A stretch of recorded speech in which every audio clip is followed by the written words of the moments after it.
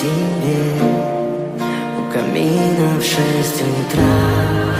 Разбитая душа, и все твои обещания пустота.